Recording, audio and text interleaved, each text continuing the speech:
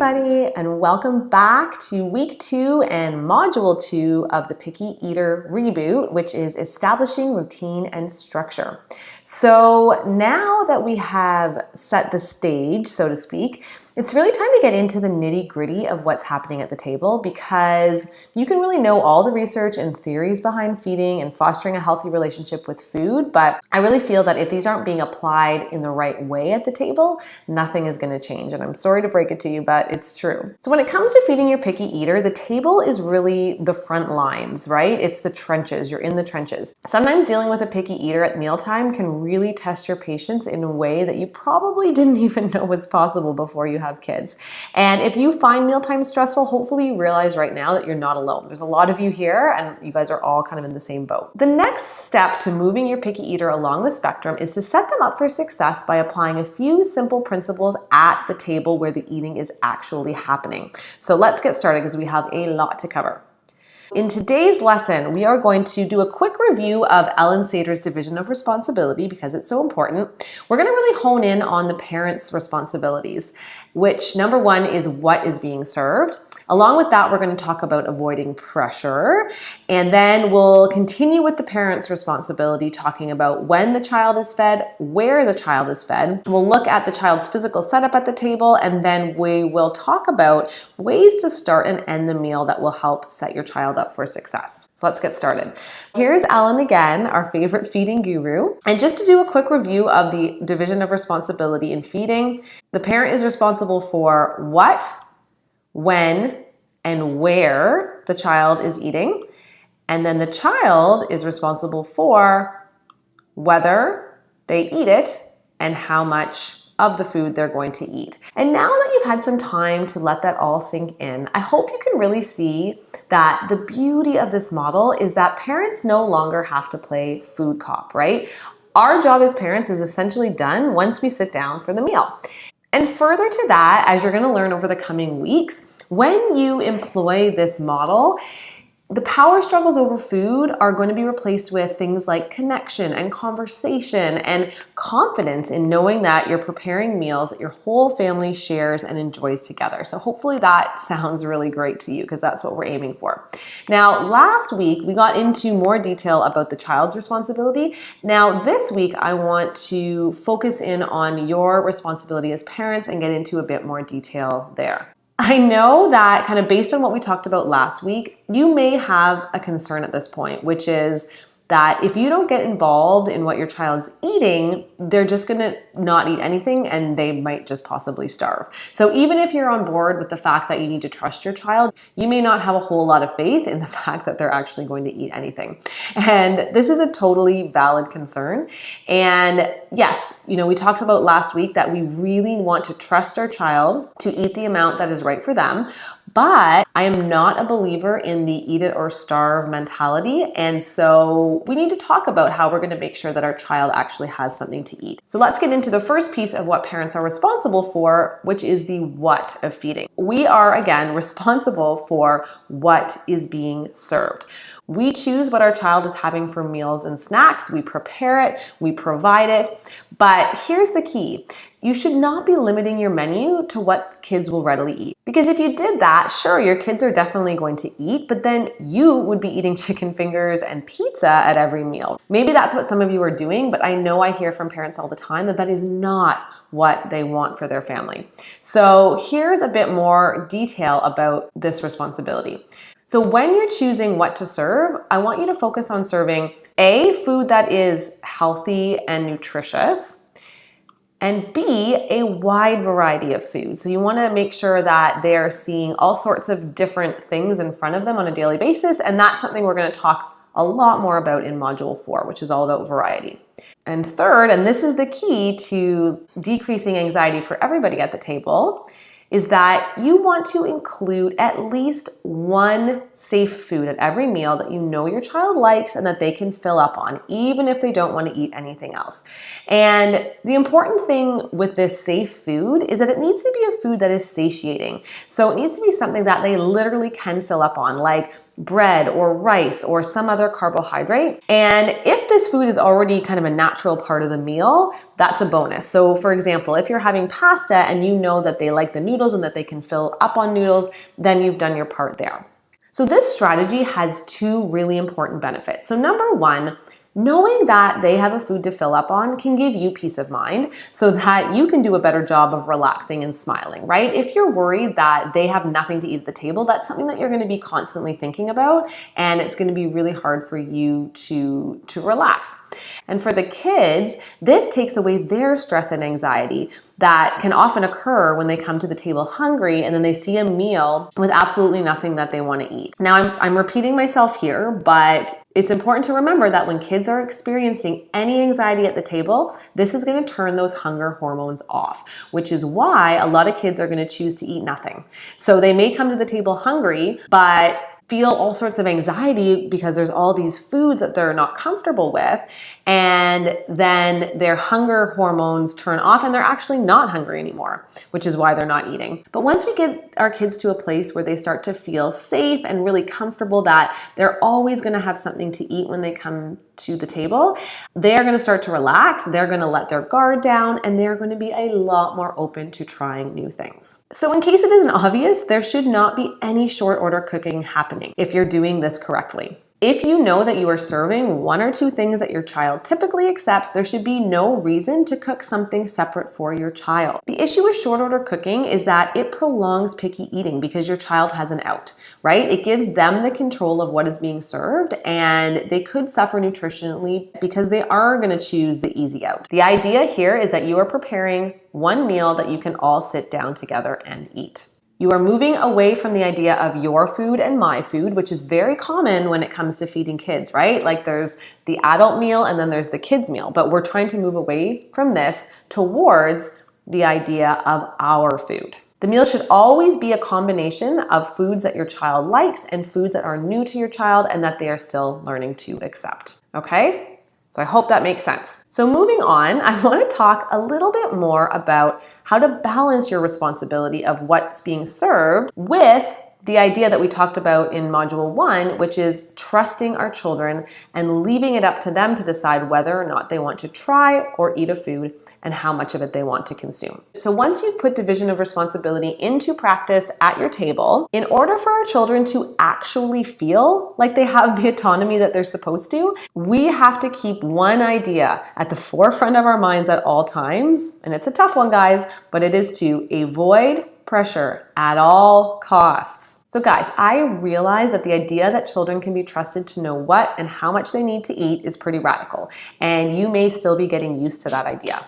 But trust is at the very center of a positive feeding relationship, and if we can learn to step back and to really understand what is our responsibility and what is not our responsibility, we can start to build that trust and stop inadvertently piling on that mealtime pressure, which can happen when we are making it our mission to get our children to eat, right? That's the opposite of division of responsibility. So I know you can't really answer me here, but how many of you out there were raised that they had to eat everything on their plate before they could get up from the table? I definitely was. That was the rule in our household. And what often happens in a lot of households is that there are certain foods that kids get into battles with their parents about. And for me, that food was beets. I remember very clearly that my mom, well, she used to buy canned beets of all things, which I mean, even now I'd probably not want to be eating, but she used to definitely force us to eat them before we could get up from the table. And I remember cutting my beets into small pieces and swallowing them down with milk, or feeding them to my dog. It was a very, very long time before I could even stand the sight of beets. Now, luckily, I decided to try them again much later in life, and I do love them now. But it could have been a lost cause. By my mom forcing me to try them, I was certainly not actually giving them a chance. And the reason I tell this story is that I know parents have the best intentions when it comes to getting their child to eat. So whether parents are trying to convince their child that beets taste like candy, or that spinach is going to give them superpowers, or maybe you're forcing your child to eat just one bite, or refusing to let them leave the table until the vegetable's gone, all of these tactics come from a place of love and even of desperation for your child to just eat or to eat healthy foods, right? And it is true that it can take up to 20 tries for a child to actually like something. So maybe that's your intention, is you're really trying to get them to try it in hopes that one day they will all of a sudden like it. But I want you to think about the fact that forcing them to try it actually doesn't really count, because they're not actually trying it, right? They're just trying to find a way to tolerate it. Here's where I want to get into the research about pressure, because study after study shows that the less pressure you put on your child, the more likely they are to eat a wide variety of food in the long run. So the bad news is that pressure will almost always have the opposite effect that you want it to. The more a child gets the sense that you want them to eat something, it is less likely that they're going to eat it. And that probably doesn't surprise you, right? The other piece is that when children feel stress and anxiety and pressure at the table, it causes them to feel stress and anxiety, which, like we talked about earlier, interferes with their ability to do their job in deciding whether and how much they need to eat in order to thrive. So the important thing to take away this week is to continue to work on reframing your responsibilities at the table, right? It is not your responsibility to get your child to eat. What is your responsibility is to put the food in front of them, and then from there, I want you to just try and let go and let them take the wheel. Remember, sometimes they're going to be hungry, sometimes they won't. Sometimes they're going to like things, sometimes they won't. You have to really try to not get too worked up about it. The whole eating experience should be very enjoyable for everybody, for you and for your child, and not stressful. And like we talked about earlier, if you've made sure that there is at least one food that you know they can fill up on, you have done your job. Now let them do theirs without the pressure. And I want to be clear, because sometimes people think to themselves like, oh, I'm not pressuring my child at all. But pressure is not always clear cut. So for sure, in its most obvious forms, it's things like the begging, the forcing, the negotiating with kids to eat their food. But there are a lot of other ways that pressure can be applied at the dinner table. I don't want to get into all of them right now, I don't have time, but I've created a resource with some examples of pressure that you may not realize are pressure. And believe me, like, this is something I even have a hard time with holding my tongue about sometimes. So the rule of thumb here, guys, is to not talk about food at all. It is the last thing that should be talked about at the table. You don't want to say anything at all. Be cool as a cucumber. Don't comment, and even just keep an eye on your body language, because sometimes that can give away the fact that maybe you want to say something or you want them to eat something. I always say to parents, before you say anything at the table, I want you to internally ask yourself the question, is what I'm about to say an attempt to get them to eat in any way, shape, or form? And if it is, then just do not say it, because it is pressure. Now, there is the possibility that when you do remove all of this pressure and stop with all of these tactics, that their intake may go down initially, right? They're going to be like, what the heck? I don't have to eat my broccoli in order to get dessert? Well, then I'm not going to eat my broccoli. And so you just need to be prepared for that. But the idea is that you're going to stick with this for the long term, so that they start to feel super comfortable and not pressured at all at the table, so that they can then be open to some of the strategies we're going to talk about in future modules when it comes to exploring and being adventurous about food. Now we're going to move on to the when of feeding. Remember, as the parent, you are responsible for when meals and snacks are served. And a very important strategy for dealing with picky eaters is to really establish some structure around when your child is eating. And this means that you need to have set meal and snack times with your kids. End of story. Now, before you get all anxious about this being a little too rigid, I want you to bear with me and let me explain a bit further. So this guideline of having set meal and snack times may sound a bit controlling, but it is really, really important. I hear it from parents a lot that their kids are always whining, I'm hungry, even if they've just had a meal. And a lot of times the easiest way to get them to be quiet is to just give them a snack, right? Or maybe if you have a really picky eater, you're constantly trying to get them to eat, so you're kind of feeding them all day long. The problem with both of these scenarios is that I truly feel that we are raising a generation of grazers, of kids who just eat all day long and are therefore never really hungry, especially at meal times.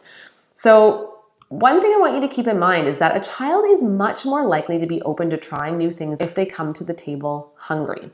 And by establishing those set meal and snack times, You're always going to have peace of mind that even if your child doesn't eat enough at one of the meal times or snack times, you know that they're always going to get another opportunity to eat soon. This may sound again kind of crazy, but you will be shocked by the fact that by implementing this one small change, often kids start to eat a whole lot better. So let's talk about how to actually put this into place. So I've got 5 steps that you can follow in order to establish set meal and snack time. So step 1 is to prepare the schedule for your set meal and snack times. Or I like to actually call them eating opportunities and not necessarily designate between meals and snacks, but that's just a personal preference. So you want to look at what's going to work best for your family, and it's going to be different for everybody because your kids are different ages, maybe they have different metabolisms, your family schedule is going to be different. So you want to look at what you think is going to work for them. And you want to make sure that the eating opportunities aren't too far away from each other, but they also shouldn't be too close together either. So you want peace of mind that they're not going to be starving in between, but you also want them to be hungry when they come to the next eating opportunity. It's definitely a fine balance. And I do have a kind of cheat sheet in the resource that will provide you with some guidelines on how to do this. And you can certainly ask questions in the Facebook group as well. Now, step 2 is to communicate the new schedule. So this might be a huge change for your kids. And like with any major disruption to a child's normal routine, providing them with a little bit of notice and an explanation can go a really long way. So, a few days before you start to put this new schedule into action, it can be helpful to sit down as a family and review how things are going to change, particularly for older kids. Maybe for a 2-year-old, they might not notice so much, so it might not be necessary. And in the resources, there's also a worksheet that will give you some scripts on how to have some of these conversations. So I definitely encourage you to check that out. So step 3 is to implement the new schedule. So once you've come up with the schedule, you've communicated it, it's time to put things in action. So you plan what food is being served at your set meal and snack times. Of course, always making sure to serve at least one thing you know they like, which we talked about earlier. And then you just let them go, right? Kids decide what to eat from the choices that are given. And again, they should be allowed to eat as much as they want. Now, here's the clincher. Once they're finished, they get nothing else until the next snack or meal, except for water. There's no snacking, there's no grazing. The kitchen is basically closed. And again, before you go panicking about them being hungry, remember, if you've spaced out the meals and snacks correctly, there will always be another eating opportunity coming up soon. Step 4 is you want to stay consistent. So this is probably the hardest part, and I definitely have times where I struggle with not feeding my kids when they beg and say that they're hungry. But it is important to stay consistent as much as possible. And to be honest, they might possibly be hungry, and that's okay too, because like I said, the more hungry they are for meal times, the more likely they are to try things. Or there's a good chance they probably aren't hungry. Kids often beg for snacks just because they're bored or they're just used to constantly eating. But then of course, there are going to be times where the schedule doesn't work, and that's where step 5 comes in, which is to be flexible. So, life happens, and, maybe you have a day where things don't run as planned, right? Maybe you have to be out the door early, so you have to eat breakfast early, or you've got hockey after school, so you have to have a late dinner. You can definitely make adjustments on these types of occasions, but you want to try to maintain around the same number of hours between eating opportunities if possible. Or maybe you're in a situation where you're at the cottage and somebody brings out popsicles and it's not snack times. Now, are you going to tell your kids that they can't have one because it's not snack time? Probably not. Boundaries are important, but if you're super restrictive, that can also undermine your efforts to raise a healthy eater. So you got to be flexible in situations like that as well. Now, again, in the resources, I've got this worksheet that gives you some scripts on how to have conversations around the set meal and snack times, and it's super helpful. So, take a look at that. But if you have any other questions about situations that you might run into, then ask away in the group. Okay, next we're going to look at where your child is eating. So you are responsible for where meals and snacks are served.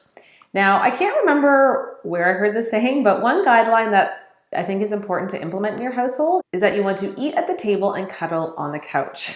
Or in other words, eating should take place only at the table. And establishing this rule with kids really allows them to focus on whether they're hungry as opposed to mindlessly shoving food in their mouths as they play.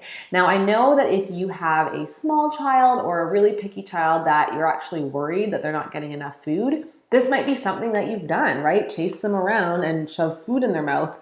when they're distracted. But this is really not great for healthy habits. And sitting and eating with a family is also really important, which we're going to talk about in future modules. Now, this might be something that you need to introduce slowly if it's going to be a big change for your child. And of course, like we've talked about with some of the other strategies, you want to be flexible. This is something you want to do most of the time, but it may not be possible 100% of the time, and that's okay. Now, a question I often get when I talk about making sure that kids are eating at the table is whether or not it's okay to distract kids with something else like a TV or an iPad when they're sitting at the actual table. Particularly with parents, again, who have underweight children or who are worried about food intake, a little distraction like a TV or an iPad can go a long way in terms of getting children to eat more quantity-wise, right? Because you can just maybe sneak food in their mouth. However, you might not be surprised that I highly discourage this. When I say eating at the table, I mean free of distractions, no TV, no books, no technology. And distractions aren't just technology. Don't try and distract your child with singing or airplanes or anything like that to try to get them to eat. The reason for this is that I want you to ask yourself this question. Do we want to teach our children to eat mindlessly and not pay attention to whether they're hungry? In case you haven't guessed, the right answer here is no. Mealtimes and snacks really should be mindful events where children can really focus on whether or not they're hungry, how much and whether they want to eat what's being served. Yeah, being distracted can work and it might mean they're going to eat something, but the goal here and the goal of this program is for them to actually learn to like these foods, not just for them to eat them when they're not paying attention. Check out the weekly tips this week because I am going to give you some more advice on how to wean your child off without causing anxiety. Okay, next up is physical setup. So to continue on the topic of being mindful at the table, a really important factor in children eating more quantity is for them to be focused on the task at hand when they're at the table, which is obviously eating. And physical setup actually plays a huge role in whether or not kids are able to focus, as opposed to the opposite, which is kids who are fidgeting or wiggly or slouching, or I hear this all the time, kids that are getting up and down from their seats a million times during a meal. Now, this stuff is really, really important, so pay close attention to the next few slides. When it comes to physical setup, there's a few important things that I want you to look at. Number one is to bring your child to the table as early as possible. Now, what this does is it really helps the child feel included versus sitting in a high chair where they're kind of off to the side and maybe not as included in the family meal. So even if your child is still young, if they've got a high chair that you can pull up to the table and it's at the right height, I encourage you to do that as early as you can. Number two is to strap your child down. And I never know how to phrase this because it can sound a bit cruel, but it really isn't. If a child is under 3 years old, they need those boundaries in order for them to stay at the table. Now, the parallel I like to draw is actually wearing a seatbelt in the car. So your child might scream and yell that they don't want to wear a seatbelt, but you are still going to enforce it because it's a health and safety issue, right? And I want you to look at eating as a health and safety issue as well, right? We want our children to be healthy and they need to be at the table and focused on the food in order for that to happen. And so it's a boundary that is really, really important that you enforce. And yes, it might be a couple of days of yelling and screaming, and once they realize that you're not going to budge on this boundary, it isn't an issue, I can guarantee it. And if you have a child who's older than 3 that you still think would benefit from being strapped in, don't hesitate to do that as well. Number 3, make sure your child is at the right height at the table. This is something that I see in so many households where the child is too big for the high chair and they get automatically moved into an adult chair and the table's basically at their chin. That makes it very difficult for a child to focus on their food, let alone eat their food. Most kids up to about 9 years old are going to need a booster or some sort of special seat in order to raise them up to the table. So my son Tyson is 6, and we definitely still do it, or else he would not stay in his seat for more than 5 seconds. When kids are not comfortable at the table, they are not going to want to stay at the table. So making sure that they're in a very good position and that the table is aligned with their sternum or breastbone and that their elbows can rest comfortably on the table, then you know that they're in the right position. Now, some older kids might feel like they're being forced to sit in a baby chair, but there are a couple of really great booster seats and chair options that don't look like a baby seat. And in the resources, I have a resource guide to show you my favorite options. And number 4 is another one that parents often don't think about, and it's that kids' feet need somewhere to rest when they are at the table. So their legs should be bent at a 90-degree angle versus having their legs just dangling. And the reason for this is that when kids' legs are dangling, they have a hard time eating. It's very uncomfortable. Their center of gravity is not correct, and this is what often causes the squirmy, wormy, wriggly kids who are in and out of their chairs a million times. So in this picture here is my son Tyson. It's a special chair called the Kikaroo Height Right chair, and it is designed to be adjustable so that children are at the right height at the table and that they have a place for their feet to rest, and the footrest is adjustable too. Now, chairs like this are quite expensive, but I think they're an amazing investment because they can fit kids up to 250 pounds, so they can actually fit adults. And I can't even tell you how much of a difference it has made in Tyson sitting still, being focused at the table. But there are other options as well. So again, check out the resource list that I've provided in the resources for this module. Now, the next few modules are going to get into some strategies of what to be doing at the meal. But before we get into those, I want to finish off this module with a couple things that you can do before and after the meal to set up your child for success. So let's talk about before the meal. Now, if things are really bad with your picky eater right now, they probably don't love mealtime. But if you're adding in a battle about coming to the table, you now have a kid who is super anxious and upset coming to the table before they even see what's being served. And like we keep talking about, any sort of anxiety at the table is going to make it way less likely that they're going to eat much at all, let alone a variety of things. So one tip that can go a long way towards ensuring that your child is at least happy and willing to come to the table is to give them a 5 to 10 minute warning before the meal starts. Because I want you to think about it. If we're dragging our kids away from a super fun activity to force them to come to a table that they're dreading as it is, it's basically a recipe for disaster. So this is a really simple tip and is super powerful. You just want to start by letting them know maybe 10 minutes before dinner that it's coming up, and then 5 minutes before you want to maybe ask them to clean up their toys and get organized for dinner, and then right when dinner's starting, you can let them know that it's time to come to the table. These warnings are basically a way of saying to them that, hey, dinner's important, but I know you need a bit of time to adjust to the change in activities. And that's totally understandable, right? The next thing I like to suggest that you do before the meal is the tummy check-in. And I like to do it with my kids, even though they're not super picky, because I think it's really important to help kids learn to listen to their appetite and for them to know that you're also listening to their appetite. So as we sit down to eat before the food is even served, I'll often ask the kids, has everybody checked in with their tummies? How's your tummy feeling today? Is your tummy really hungry? Is it kind of hungry? Not hungry at all? And that's just an opportunity for them to really be mindful and reflect on their appetite in the moment. This will also give you an idea of your child's appetite coming into the meal so that maybe you don't get frustrated when they say that they're not hungry. And it can also help you identify maybe some trends in their hunger. So if you notice that they're never hungry at dinner time, maybe the last snack is too close to dinner and you might need to adjust the schedule a little bit. Next up is ending the meal. And the first point is to make sure that the end is reasonable and that you don't make them stay at the table too long. You have to remember that kids have pretty short attention spans, and trying to force kids to stay at the table when they're not developmentally ready is another reason why some kids associate stress with meal times, right? They're being forced to stay somewhere that they don't want to be, and it can really impact feeding and eating. Now I realize we are the boss, and if we tell them to stay at the table, they have to stay at the table. Of course, but if you're turning it into a huge battle at the end of every meal by forcing them to stay there for an extra 10 minutes, it's really just doing the opposite. So just some quick guidelines on attention span. So toddlers, 20 minutes is probably max that you can expect them to be focused on the meal. And then for older kids, about 30 minutes is reasonable.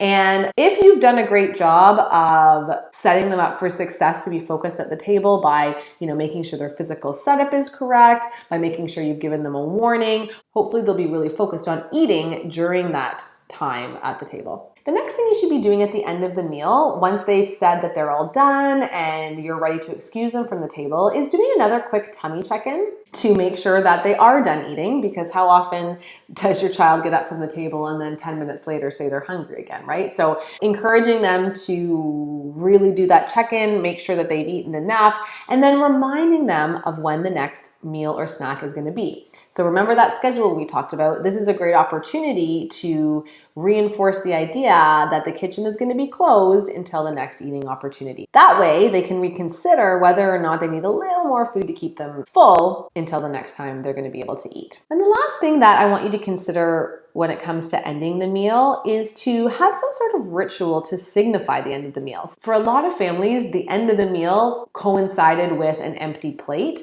Now, we want to try to move away from this, right? Because they're choosing how much to eat and their plate may not be empty at the end of the meal. So instead, why not have some other sort of ritual that can really help a child to feel like the meal is complete? So maybe you say a prayer or you sing a song, or even having the child clear their plates as a signifier instead of that empty plate. And that wraps up Module 2. So that's a long one, and I've given you quite a few things to work on over the next week in terms of establishing a routine and structure that's going to help ensure success in the next 4 weeks. So really nailing the strategies in these 2 modules are going to be really, really important before you start moving forward. So don't hesitate to reach out in the Facebook group if you need support, or don't hesitate to take a couple of weeks to implement some of this stuff and then move on to Module 3 a little bit later. Yes, I'm going to be releasing the modules over 6 weeks, but it doesn't mean that you have to get through them that quickly. So feel free to bring that up in the Facebook group as well. Thanks guys, and we'll see you Friday for your weekly tips.